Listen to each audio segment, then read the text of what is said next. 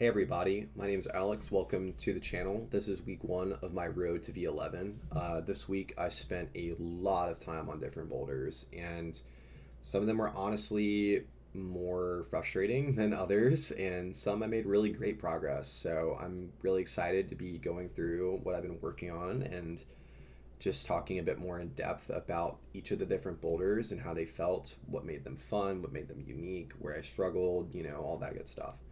So without further ado, let's start looking at the boulders from this past week of training. So this is a pink V9 at the gym I go to. And I would say something that really makes this climb unique is that I feel like it's a solid mix of really nice physical power and tension. Um, some of these moves I feel like are just impossible if you can't like hold your body weight on a sloper, for example, like the one there. And I feel like if you don't have the contact strength to actually hit this really crappy left hand, it's hard. I could see this being V8 for someone maybe actually who might just can be able to overpower the boulder though. I wouldn't be surprised. So that's something always to look at.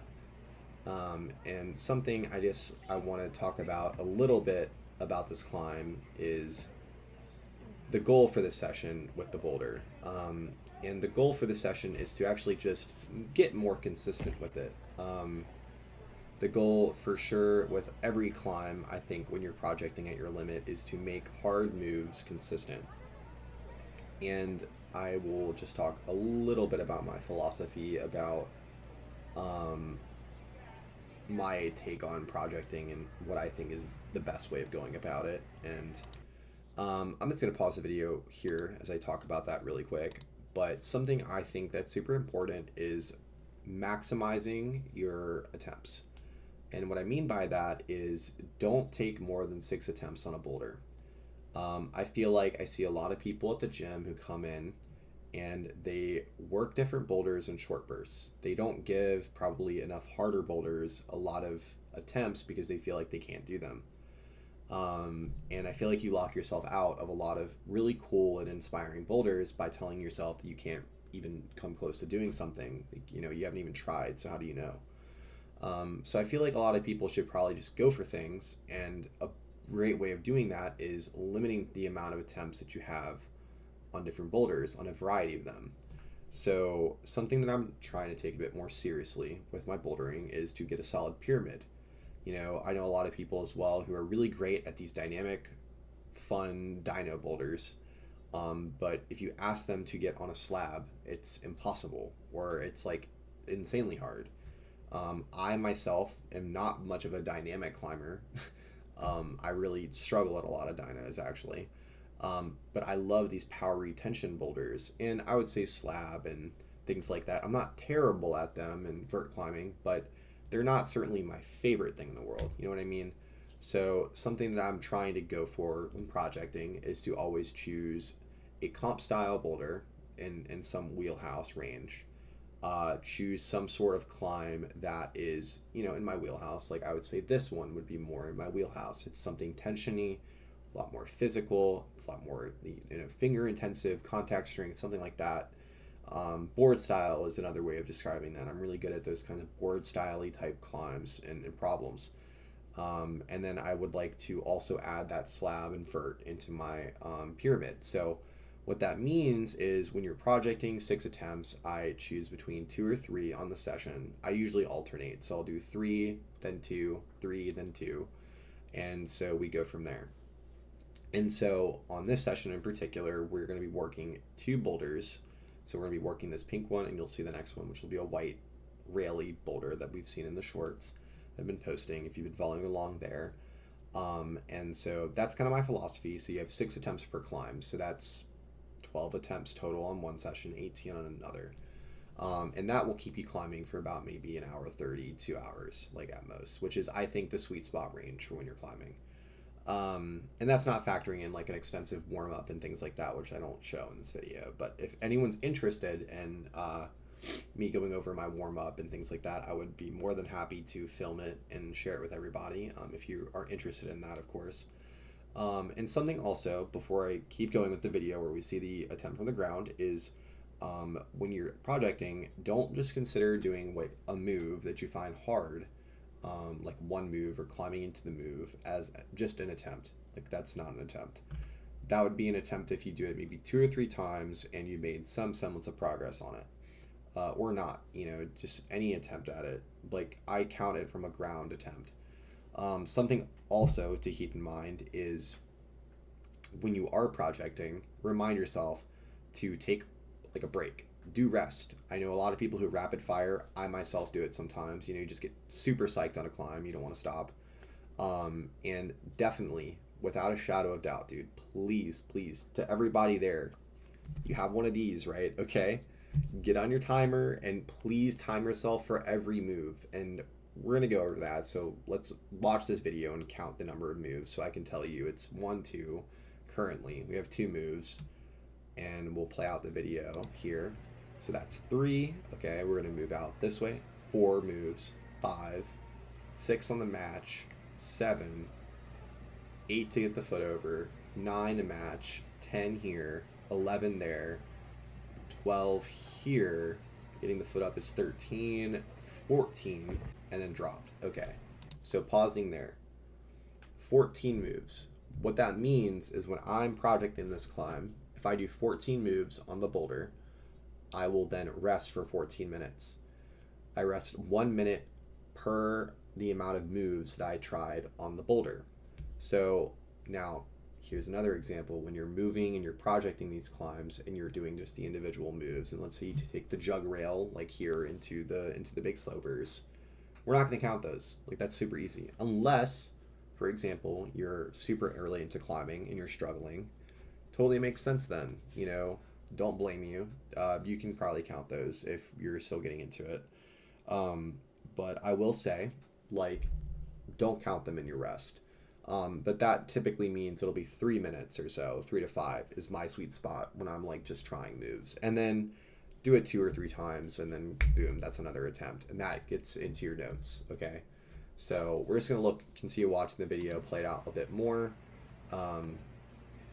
This attempt was really, honestly, a shame. I kicked my left foot out, and I didn't actually hit it super well, but I ended up getting it back on.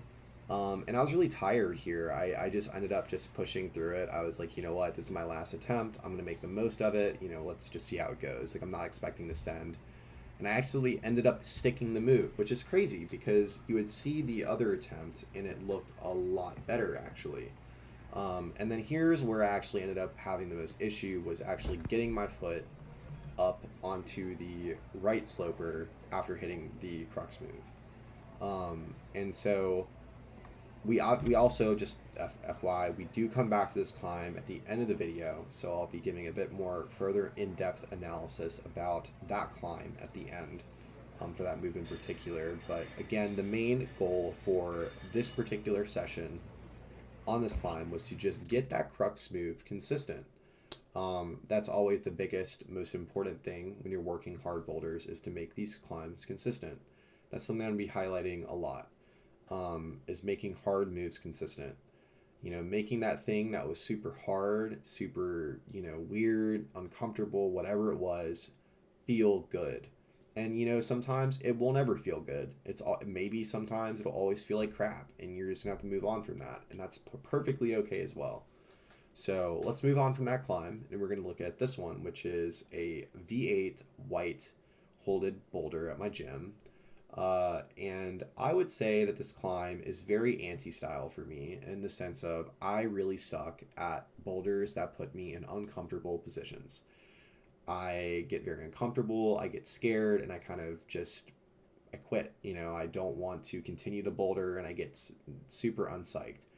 And this boulder has 2 particular spots where it makes me feel that way.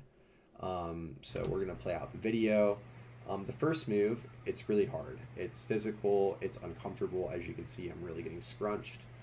That big rail, it's not really even a crimp. It's more like you're pinching it. And you have to hit it in a certain spot because certain portions of that hold are just terrible. And then coming up here into this move for the big lock off, shouldery, like cross move almost in a way is super sick, dude. I love this move. It's one of my favorite moves. But this is where I get super uncomfortable. You see me, I just drop. And it's just hard, man. Like, it's hard to move out of a tensiony, uncomfortable position that just feels bad. Um, and so here you're going to see me, I'm just going to try it from the actual move here. Because I recognize that that move was just really hard and I wanted to get it a bit more consistent and figure it out, but I couldn't actually even stick it.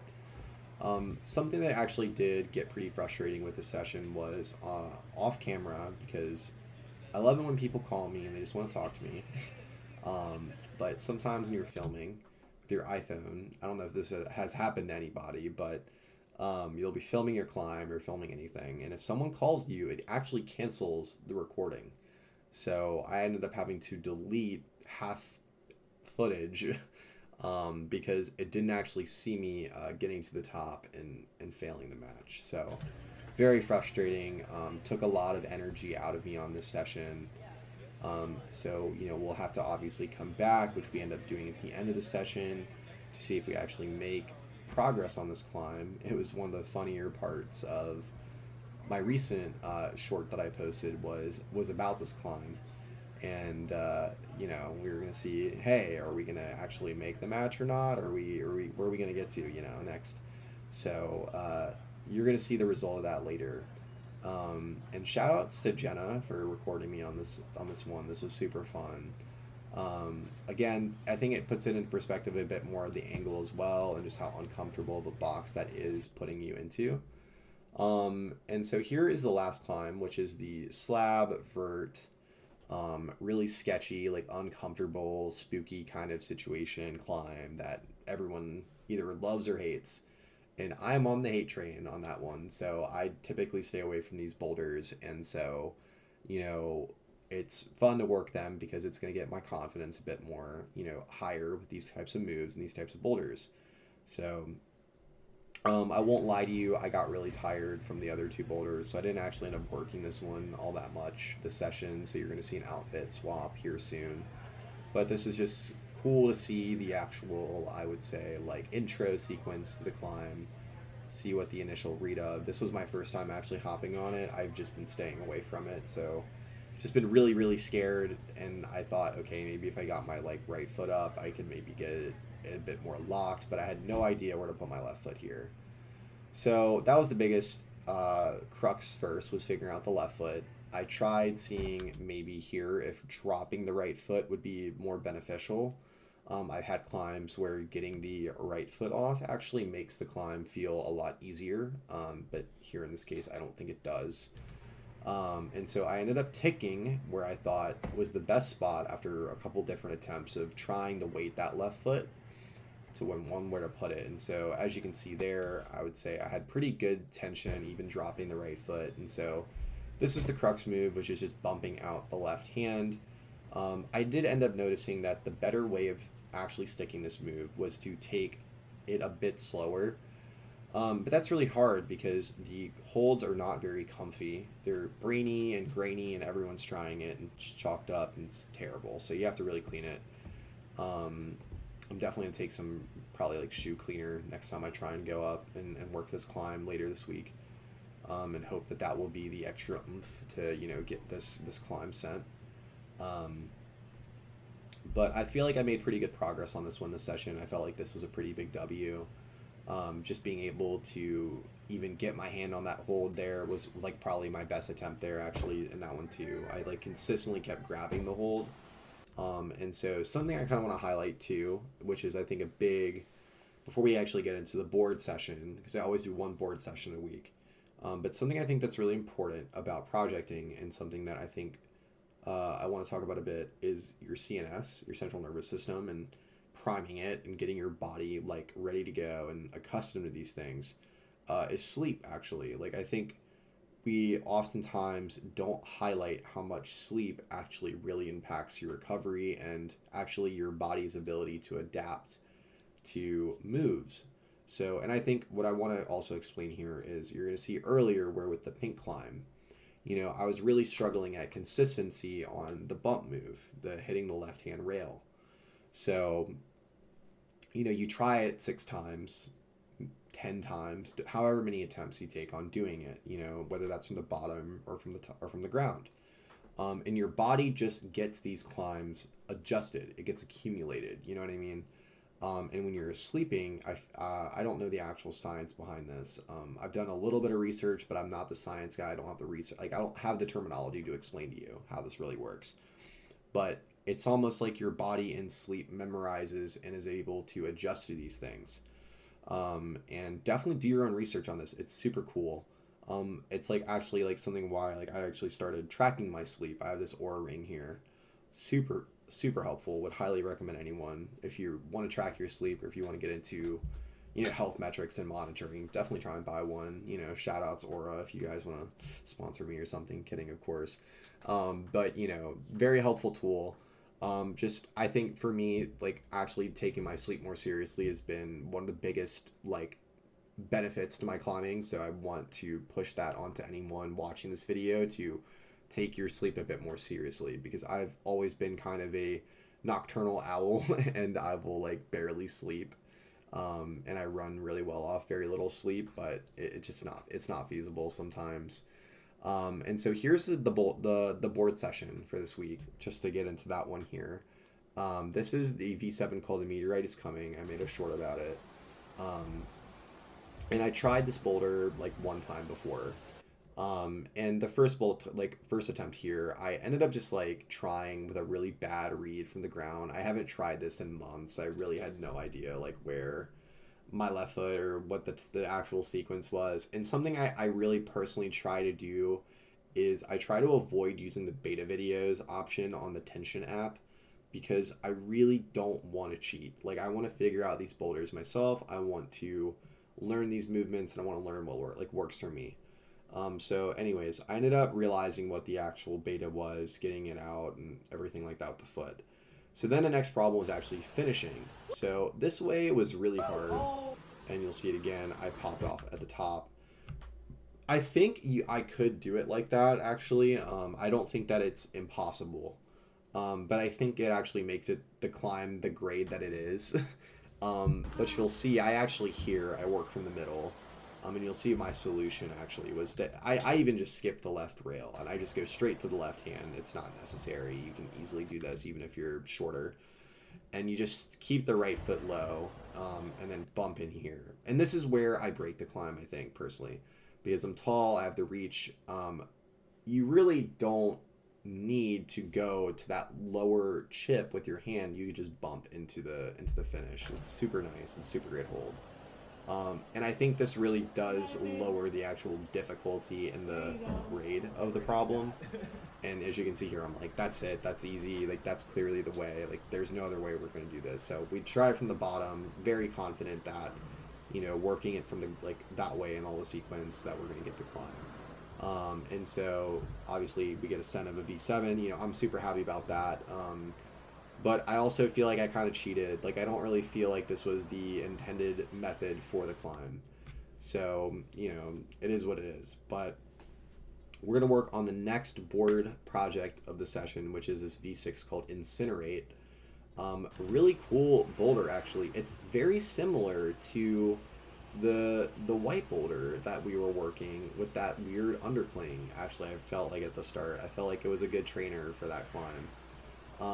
The first go here, I ended up getting here stuck. And the reason why I got stuck here is because I did too much momentum when I tried to come into the left hand.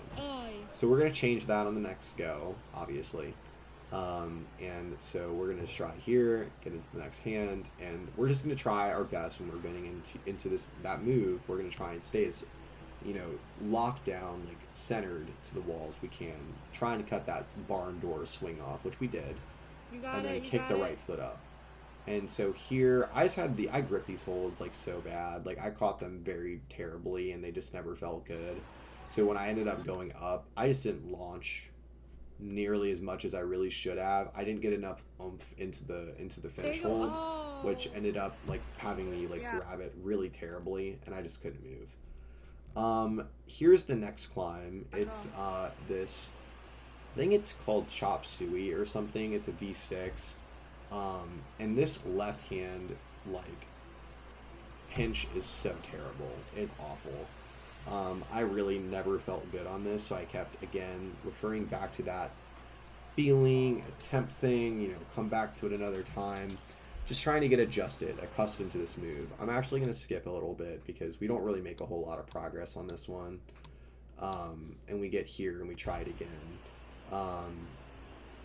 And again, it just really never felt good. I tried to swap the hand, the different hand placement. It just did not. No matter what I did, it felt like shit. And even then, I kind of like cheated. I dabbed a little bit. I'm just going to skip that climb. It's just not really helpful to talk about, but we'll come back to it and give it more in-depth review some other time. But this is the next climb. It's another V6. It's called Et Tu Brutus, and I'm trying to work a solid tension board pyramid from the bottom, I would say right now, and I'm trying my best to establish a base of climbs before really getting into the harder stuff. And so this climb has had my number for a while. It really isn't my favorite. It's not really my cup of tea.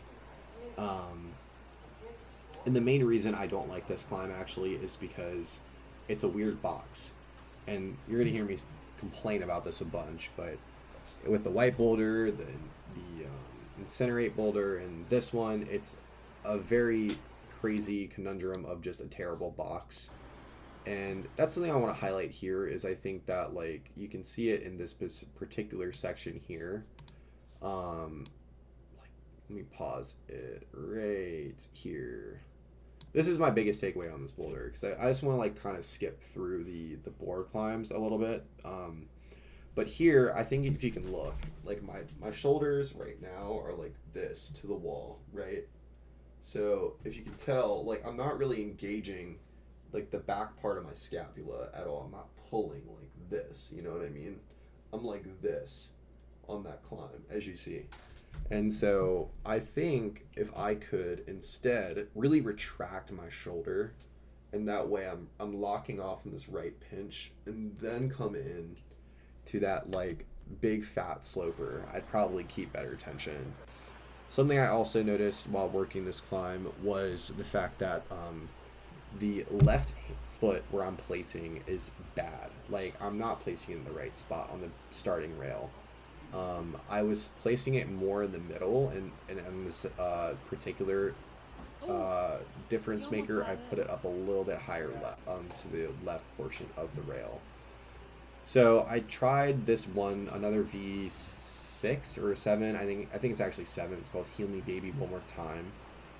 Just tried working this climb. I gave it one go. I was really pumped at the end of the session by this point.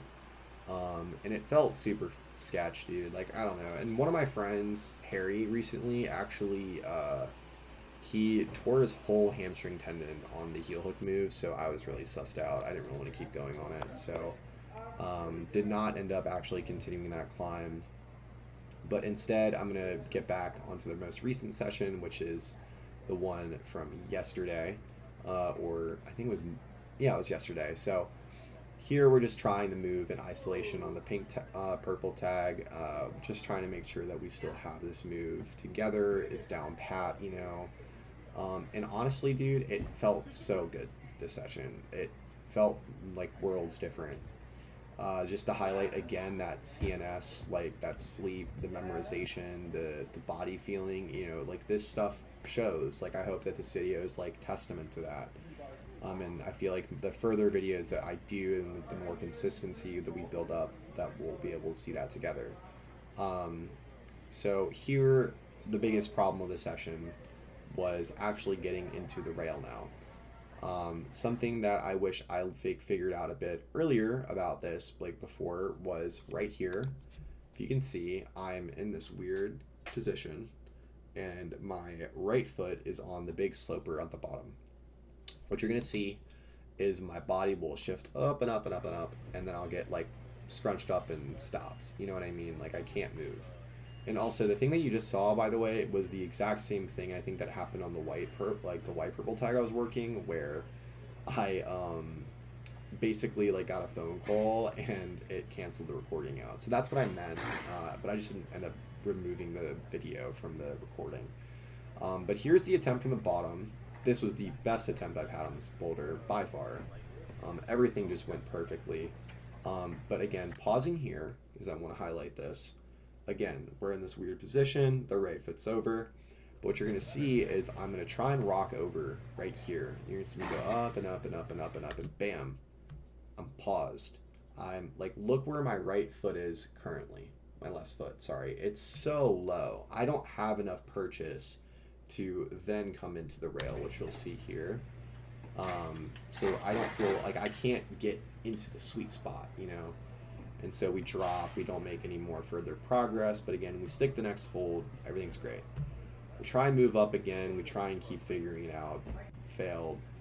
I'm starting to really see that this is just not the way to do this. So what I ended up doing here is the first time I kind of figured it out. So the left foot is a bit higher up, but the problem here actually is it's a bit too far over. It's not close enough to the wall. So what you'll see is I'm too stuck around the side. So you'll see my left leg, my left thigh, and the whole leg really. It's too centered around the leg, the arete of the climb. So we're gonna go try it again, drop down, see what's up. I'm getting pretty frustrated at this point. I can't remember what the audio is saying because I can't actually hear it. But we're gonna jump in here, boom, hit it. You know, we're gonna get that foot up. We're gonna try and then just go straight into it, and then realize, like, here we go. We move the foot up, and it's very obvious at this point that if I just hold this, it's a bit easier to get the left foot up. But if I'm already up, like if I'm already hanging up like a bit over the sloper, I can't really move my left foot. So I ended up coming back down, which honestly, like looking back, is a crazy feat of strength. No, like I'm not trying to toot my own horn, but that was really crazy to me. Like I thought I would just fall, like trying to come back down, but you're gonna see here, this is the difference. You can see night and day where the left foot is now. And then I get right where I need to, so then I end up just dropping, because there's no point in trying to continue out the rest of the climb, because the rest of the climb is pretty straightforward. You're going to match the crimp from that position, scum it with your left foot around the arete to kind of like keep tension with your inside edge of your toe, and then pop out into the big, nice jug, and then move your left foot around the arete as you're like stable there, and you're gonna match the climb. And you can see my hand goes over my head. I'm frustrated. I'm like, crap, I figured it out. Like that was the move. Like that's exactly the way that I needed this to right go. You are. And then I tried to get my last send go with Stu, one of the best managers at the gym, recording me for the video. And dude, he told me before he was a bad luck charm, and you know what? He definitely proved his point. He definitely was, because this was like the worst I actually felt the entire session, starting from the ground. And so we tried again one more time, stubborn old me, trying to get this figured out, you know, trying to get the whole thing gone in one attempt, and you know, we'll see how that goes. But I think we all know we're a bit too tired by this point. We need to rest a bit more. So we ended up not sending this session, but I really do feel confident that next session we're gonna get that send, guys. We're gonna get that on camera.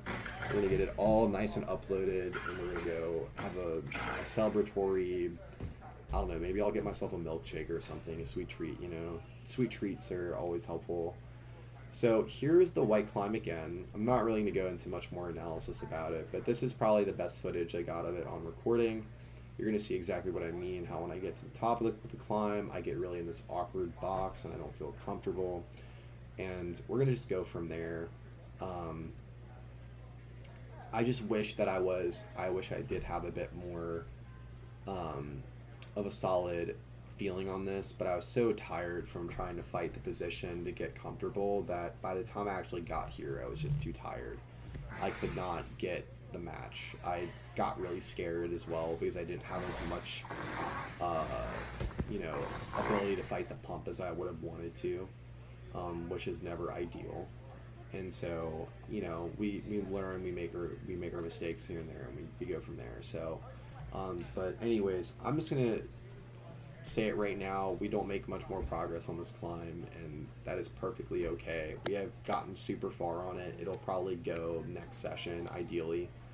Um, but I do hope that all of you really enjoyed this little commentary that I've made about this week of climbing and this week of projecting. I hope that you all have really great takeaways from it. And if you want to just like keep up to speed with the content and follow along with me on my journey to sending a V11 boulder, I have so much more content planned out for you guys, and would love to have all of you all along the road with me, and we can all learn together. I hope that these analysis and these different comments and these ways of reviewing are helpful, and that everyone can take something away from them. So I hope you all have a really great rest of your week, and I'll see you guys next time for the week 2 recap. So take it easy, everybody. Take it easy.